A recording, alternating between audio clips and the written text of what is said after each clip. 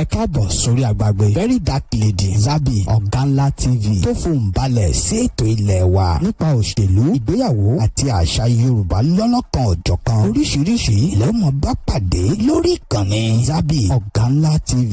Bẹ́ẹ̀ ṣe ń wọlé ẹ yá bá wa pín kó kárí ilé kó kárí oko. Very Dark Lady Ọ̀gá Ńlá TV, ìtúsílẹ̀ ọpọlọ àti ìtúsílẹ̀ ọkàn la dúró fún. Ó kí gbogbo wa wípé a káàbọ̀ sórí ètò Very Dark Lady Zabby Ọ̀gá Ńlá. Ṣé dáadáa ni mo bá yín? Èwo la gbé wá fún wa lọ́jọ́ títí òní wípé ká jọ ṣe àgbéyẹ̀wò gẹ́gẹ́ bí àṣejọ máa ń ṣe. Ọ̀rọ̀ tó ń lọ lọ́wọ́, igi gogoro má gún mi lójú, òkèrè láti ń wò. Eléyìí àwo láti òkèrè mọ́. Kó má bàa wọ̀ wá lójú, òun ni àwa ń pariwo ẹ̀ báyìí. Ọ̀rọ̀ yìí tó wá jáde, a máa ń ṣe prayer kan wípé ẹni tí ó máa kàn ó, tó máa kàn wá ó, Ọlọ́run ní járí o, ẹni tó máa ṣe kinní kan o. High weakness. Ó ń sọ ní ọ̀tún lósì. Ẹ jẹ́ ká tún wá ṣọ́ra fún àwọn wo. Èmi làwọn fọganáísà àdúgbò. Àwọn tó ń ta, àwọn ọkùnrin tó ń ṣe shoemaker, ẹ mọ̀ pé àwọn kan wà, wọ́n máa ń ṣe shoemaker, wọ́n máa láwọn dúró sí junction. Àwọn míì wà, wọ́n máa láwọn ń ta sìgá. Gbogbo àwọn yẹn, ewu ti wà lóko, ló ń gẹ́ fúnra ẹ̀ ń sìn, ewu ni. Ẹ má jẹ́ kí n gbà wá lákòókò kí n tó wá gbé èyí tó tún ṣẹlẹ̀. High weakness, kí ló sọ? Ó possible kẹ́tì ló dẹ̀ possible kẹ́ máa ti rè bọ̀. Gbogbo ẹ̀ náà a fi rán ara wa létí, a fi ń jíra wa sílẹ̀, a dẹ̀ fi ń jẹ́ káwa tá wà nílùú òyìnbó ká lè máa pe àwọn aráalé lóòrèkóòrè tá a bá tiẹ̀, tó bá tiẹ̀ wá sọ pé wọ́n ti bá wọn débi wípé kò sí bọ́n ṣe lè ní wifi tó jẹ́ pé 2% ló wá ní sìn. À ń ṣàdé tún lè fẹnu wa ṣàlàyé fún wọn wípé nǹkan báyìí mà lágbọ́. Kò dẹ̀ tó wá ní burú títí káwọn ẹlòmíì kán má lè gbọ́ prógráàmù 30 minutes or 18 minutes ká bá tiẹ̀ sọ pé 2 hours pọ̀. A fi rànra wa lọ́wọ́ ni. Ẹ jẹ́ ká wá gbọ́ nǹkan tó ṣẹlẹ̀ sí ẹni tó kàn gangan. Irú àdúrà tá à ń ṣe pé ẹni tó máa jí gbé tó máa kàn wá, Ọlọ́run ò ní jẹ́ kó kàn, ẹni tí kinní kan máa ṣe tó máa ṣe kinní kan, Ọlọ́run ò ní jẹ́ kó kàn o. Mi ì ní gbà wá lákòókò. Fídíò 3 la fẹ́ lò nínú prógráàmù tèmi yìí. Let's go. Quick one. Lọ́sẹ̀ tó kọjá a sọ̀rọ̀ nípa bá a ṣe ń lo ìgbà. Lọ́sẹ̀ yìí nǹkan tọ́sẹ̀ yìí tó bí bọ́nkan ṣe ń lọ, bí mo ṣe ń wo sùn nǹkan bó ṣe ń ṣẹlẹ̀, mo rí wípé ní tí mo fẹ́ bá yín sọ̀rọ̀ lé lọ́sẹ̀ yìí kì í ṣe nípa nǹkan generally, but mo fẹ́ mú ọ̀rọ̀ kan ní pàtó, mo fẹ́ ká sọ̀rọ̀ lórí ẹ̀ torí àwọn bàbá wa ní pánsá ò fura, pánsá ò já síná, àjà ò fura, àjà jìn. Mo rántí pé láyé ẹnu ọjọ́ mẹ́ta yìí mo ti bá wa sọ̀rọ̀ lórí pípé ká pera wa sí àkíyèsí ń tá a ṣe gbọ́dọ̀ fura ká múra lẹ̀ torí wọ́n ló ń bọ̀ àwọ̀ làádẹ́ẹ̀dẹ́. Kò yẹ kí ogun àwítẹ́lẹ̀ kó pààrọ̀ wa torí lèyí ó ti ń kọjá ogun àwítẹ́lẹ̀. Èyí sì ni mo fẹ́ mọ́rọ̀ mẹ́nubà. Ẹ jẹ́ ẹ rán yín létí, mo rò wípé bí ọ̀sẹ̀ méjì sẹ́yìn bá a ṣe jọ ń bára wa sọ̀rọ̀ rèé. Ọ̀sẹ̀ tó kọjá ni mo ẹ̀ṣẹ̀ sọ ìdí ní tó ṣẹlẹ̀. À ń sọ̀rọ̀ báyìí ni ẹ̀rọ ìbánisọ̀rọ̀ mi bẹ̀rẹ̀ sí ní dún. Ẹ̀yin ò lè rí, èmi ń rí. Mo sì rí pé ẹni tó ń pè mí, ọ̀rẹ́ mi kan tí àwọn Fúlàní ti jí gbé níjẹ̀bú Òde, òun ló ń pè. Wọ́n ní kó ń tọ́ máa fi ẹ̀rọ ìbánisọ̀rọ̀ ẹ̀ kó fi máa pe gbogbo àwọn tó bá lè pè tí wọ́n lè rí owó tí wọ́n ń béèrè fún ṣàjọ. So ẹni yẹn ló ń pè mí, ṣùgbọ́n àwọn agbófinró ti sọ fún mi tẹ́lẹ̀ pé kí n má gbé fóònù, tó mi ò gbé.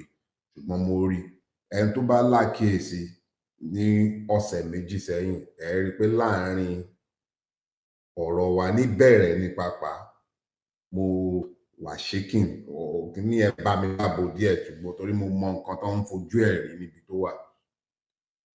Ṣùgbọ́n a dúpẹ́ lọ́wọ́ Ọlọ́run nígbà tá a fi máa rí Sunday tó kọjá ọjọ́ ọ̀sẹ̀ tó kọjá wọ́n ti fi sílẹ̀ torí wọ́n ti gba owó gbénigbéni, owó tí wọ́n béèrè ní tipátipá.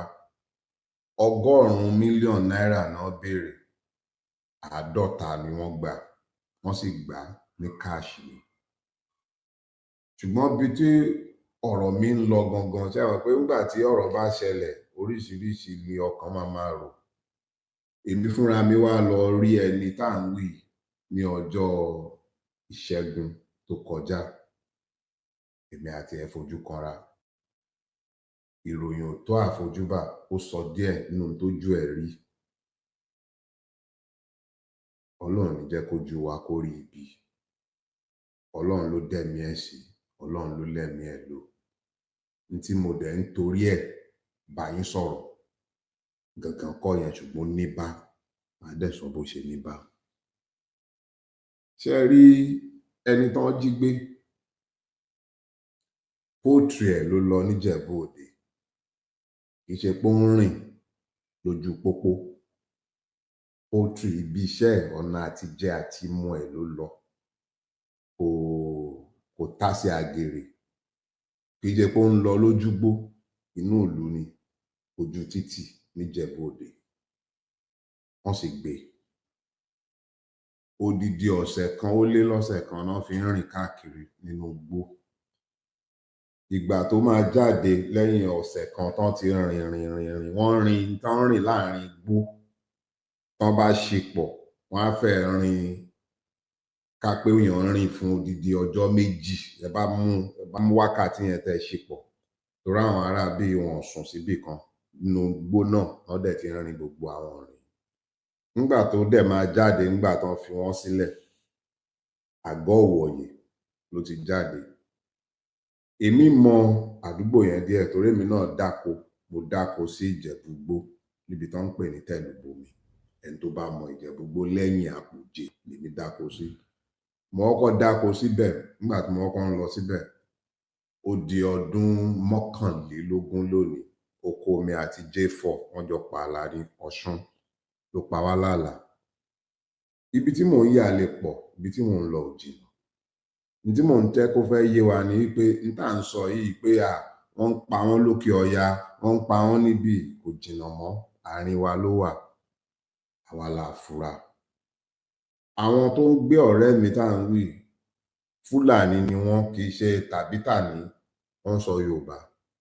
Láàárín wọn wọ́n sọ Yorùbá. Kì í sì ṣe àwọn tó wá gbé ló mọ̀.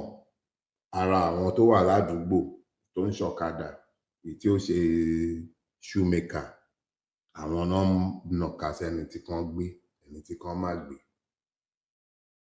Ibi tí mò ń mọ́rọ̀ mi lọ rèé.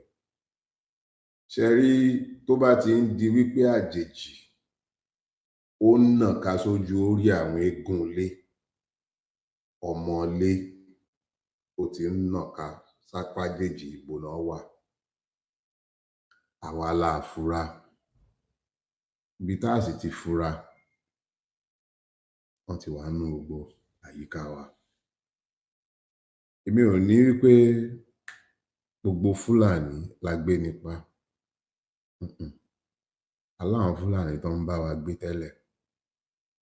Mo ti sọ ìtàn kan fún yín rí, obìnrin kan tó ń dáko, mo rò pé lágbègbè Akínmọ̀rin ni, tó sọ bóyá jẹ́ pé lọ́jọ́ pípẹ́ làwọn Fúlàní yẹn ti wà ládùúgbò àwọn, wọ́n jọ ń gbé pọ̀ ní nítubí ìnùbí. Tọ́n bá ti kéré oko tiwọn tán, àwọn yẹn á wá pẹ̀lú ẹran wọn, á jẹ gbogbo ohun tó kù lórí oko,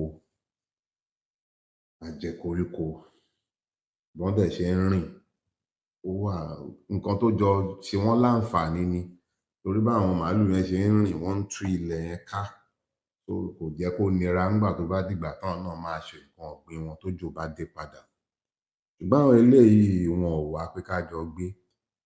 Ọ̀rẹ́ mi tán jí gbé níjẹ̀bú òde tó rìn jáde lágọ̀ọ́ Ìwòyè, Kwara State náà ti lọ san ransom. nígbà àwọn tó dẹ̀ lọ sọ ransom náà wọ́n ròyìn wọ́n tọ́lẹ̀ là ní tó wà ńlẹ̀ yìí agbára ìjọba ò ká mọ́ torí ìjọba ló dálẹ̀ wọ́n ti kọjú wọ́n kọ etí ikún sí ní tó yẹ kí wọ́n mú lọ́kùndún èyí tó ń pè ní Minister of State for Defence tó ń pè Mutawale àárín ara wọn ń bẹ̀ náà ti ń nàka sí ipò wà ńlẹ̀ ní tó jẹ́ bàbá àṣàlẹ̀ àwọn ajínigbé ọmọ wa ló wà ń bẹ̀ ó mú ọ̀pọ̀lọpọ̀ nínú yín ẹ lè sọ̀rọ̀ ìgbàjẹ́ ẹran yín létí o àìlè sọ̀rọ̀ níbẹ̀rẹ̀ orí burúkú ẹ la inú yín kẹ́ bẹ̀rẹ̀ sí ní pariwo síta ṣùgbọ́n yàtọ̀ sí yẹn níletò dé ìletò wa ẹ lọ gba igbó yín padà ǹjẹ́ ẹ máa gbọ́ mi kò sí igbó tí ò lólúwa nílẹ̀ Yorùbá igbó ọba wà igbó orò wà ṣùgbọ́n kò sí igbó tí kò ní olúwa ẹ lọ gba igbó yín padà ẹ gba igbó yín padà pánsá ò fura o pánsá jáná àjà ò fura àjà jìn onílé tí ó bá fura lèmi ò kó lọ o ṣùgbọ́n fúnra yín lẹ ṣílẹ̀kùn fólè ẹ lọ gba igbó yín padà bóyá ẹ mọ̀ pé ìgbà téèyàn bá jí náà nílẹ̀ mọ́ bóyá ẹ ti jí ní ìsìn Ọlọ́run kó má jẹ́ àtúnsún àsùnpìyè n tó wà ńlẹ̀ èmi ò sí nínú ẹni tí ó pè yín láti máa dẹ́rù bà yín ṣùgbọ́n mi ò gbọ́dọ̀ rí mí lẹ́sẹ̀ yín kí n pè lẹ́rẹ̀ n tó wà ń ta kò dáa gbogbo wa la sì lọ́wọ́ ń bẹ̀ níbi tá a ti mójú kúrò láwọn nǹkan tí ò yẹ ká mẹ́nu kúrò lé mi ò ní sọ jù báyìí lọ lọ́sẹ̀ yìí ní tí mo kàn fẹ́ rán wa létí ní wípé àti kẹran mérò tá a bá sì ṣàtúnṣe yóò jẹ́ pé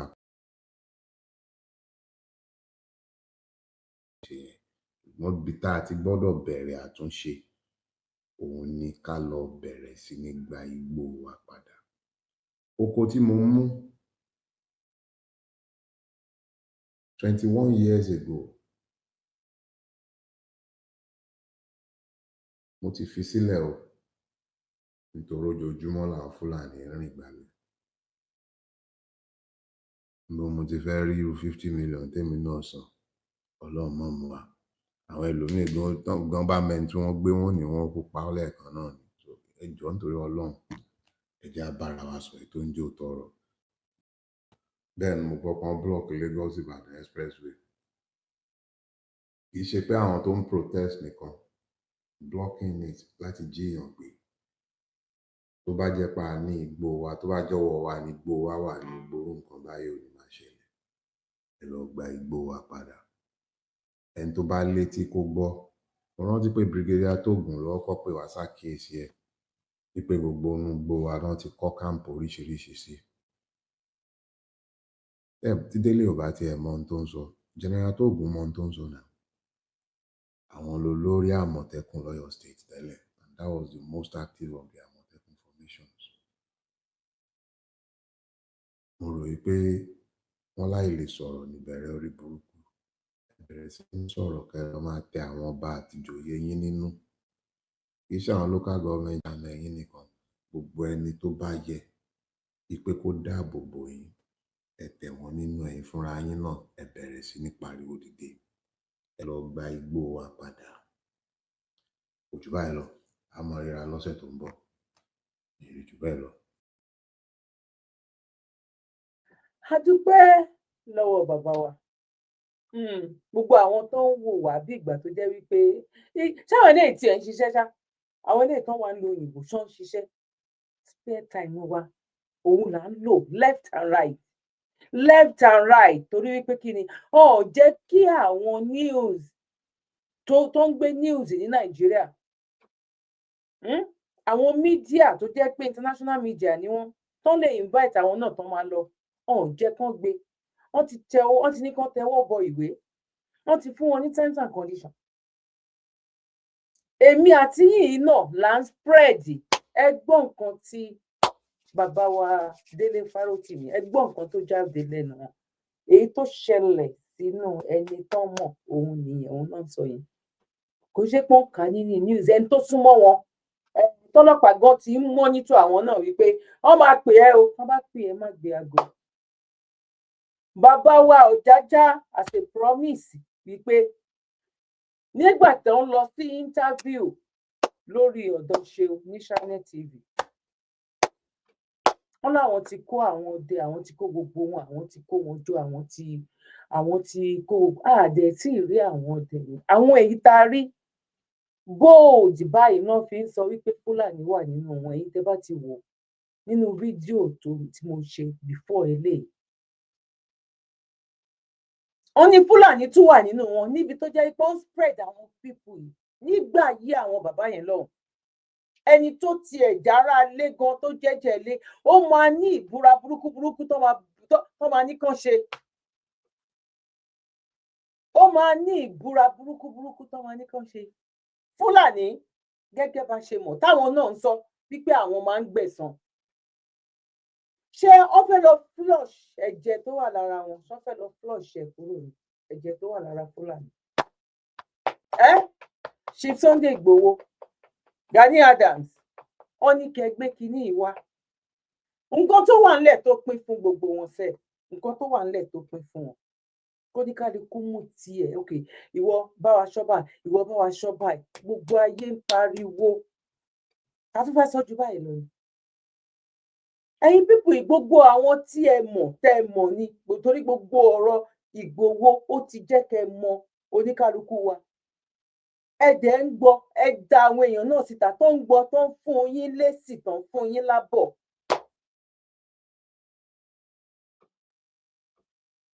ọmọ Yorùbá ọmọ kóòtù òjìrè ọmọ aládé kí ni ká ṣe èyí tí mo sọ wípé ti àwọn Fúlàní yẹn mo tẹ̀lé sáré play ẹ̀ ń bíbá ẹ jẹ́ àgbọ̀.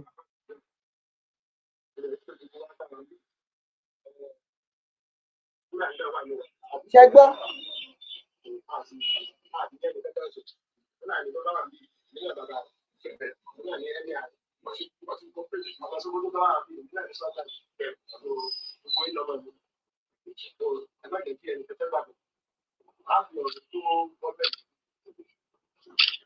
kéèyàn kọ́kọ́ wá gbàbọ̀dè tó ń fi ẹnu ní Fúlàní wà nínú àwọn ọlọ́dẹ àwọn tó kójọ ni ò tó ń fẹ́ sọ wípé kan lọ ṣọ́ọ̀bì kan wẹ́ a fi Ọlọ́run sí i àbí kí la fẹ́ ṣe asọ́sọ́sọ́sọ́ kí la fẹ́ ṣe ẹnu yín lẹ fi sọ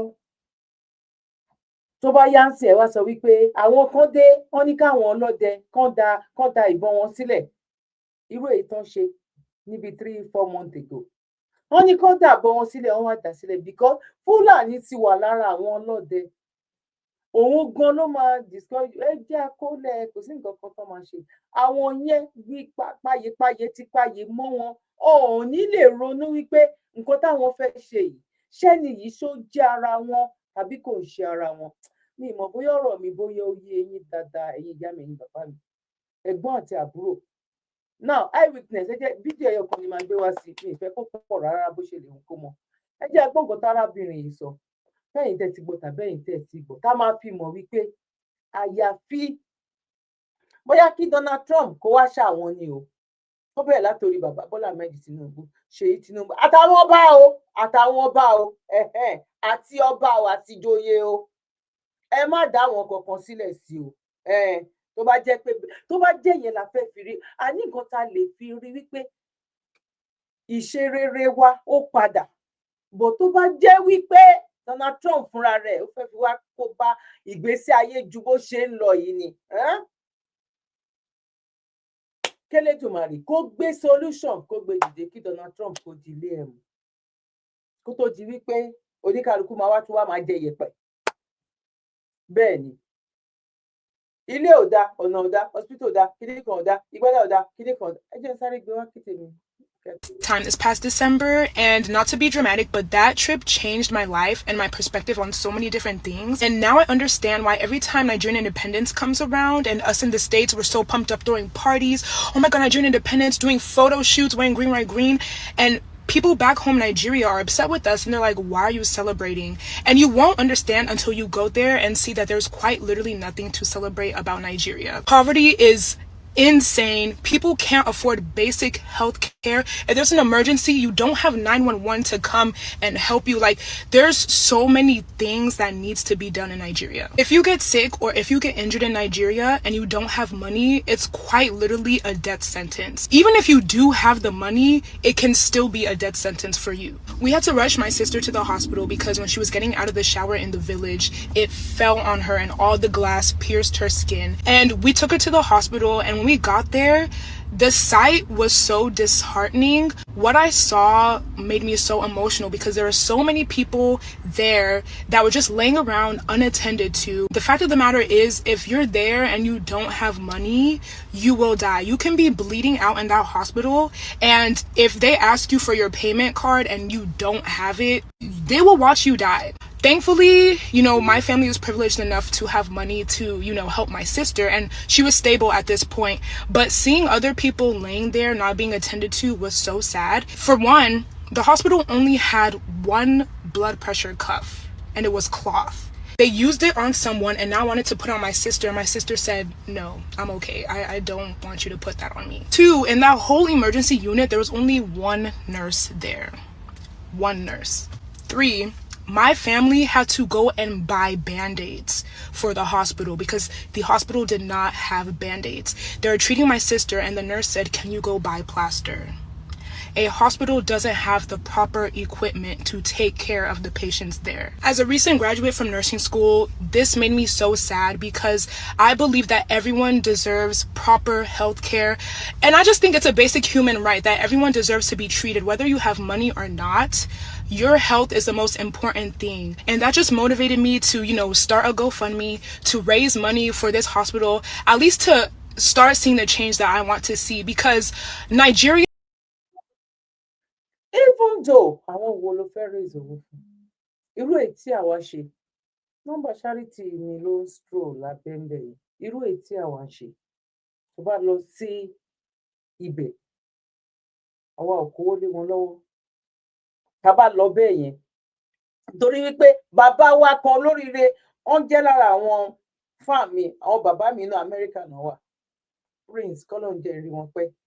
Àwọn náà sọ gudugudu méje yàyà mẹ́fà tí wọ́n ṣe ní ìlú wọn, ní hospital tó wà ní ìlú wọn. At the end of the day, wọ́n rí wípé ìdajì nǹkan táwọn tán deliver síbẹ̀, ìdajì ní ọ̀gá school náà kó.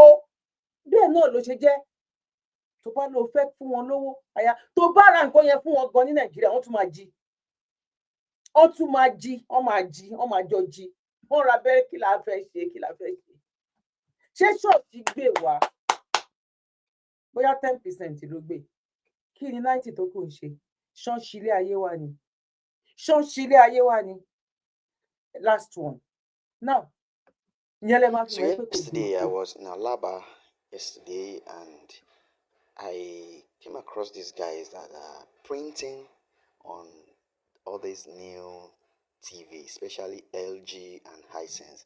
So if you bought LG TV, irrespective of the size, and it has this kind of carton, it is actually fake.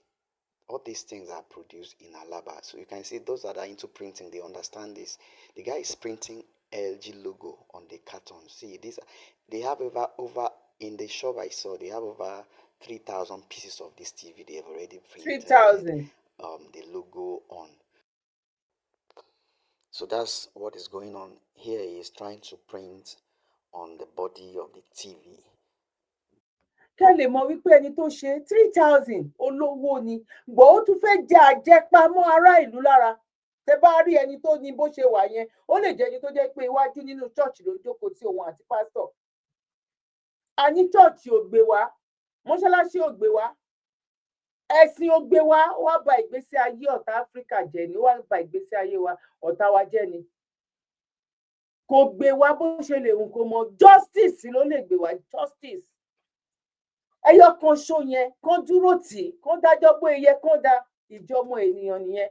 Òun ni òyìnbó náà dúró sí lórí nísìn. Òun náà dúró lé lórí tó dẹ̀ ń wọ́ọ̀kì fún wọn. Àfìgbà tá a bá padà síbẹ̀ kí nǹkan tó lè máa wọ́ọ̀kì. now mo dúpẹ́ lọ́wọ́ gbogbo wa wípé a kò mójú ọjọ́ ṣeré níbikíbi tí ẹ bá ti ṣe alábàápàdé ètò yìí ẹ má gbàgbé láti bá wa pín ẹ má gbàgbé láti fi kọ́mẹ̀ntì tí ń sílẹ̀ ojú wo lẹ fi wò báwa ló ṣe rí lọ́dọ̀ títí yín èmi náà ni ọmọ yín olólùfẹ́ yín very dark lady ọ̀gá ńlá God bless you one love bye for now ire o ire kàbìtì ire o ire gbangba bye. ẹ káàbọ̀ sórí àgbàgbé very dark lady Zabby Ọ̀gánlá TV tó fohùn balẹ̀ sí ètò ilé wa nípa òṣèlú ìgbéyàwó àti àṣà Yorùbá lọ́lọ́kan ọ̀jọ̀kan oríṣiríṣi lẹ́mọ̀ bá pàdé lórí ìkànnì Zabby Ọ̀gánlá TV bẹ́ẹ̀ ṣe ń wọlé ẹ yá bá wa pín kó kárí ilé kó kárí oko very dark lady Ọ̀gánlá TV ìtúsílẹ̀ ọpọlọ àti ìtúsílẹ̀ ọkàn la dúró fún.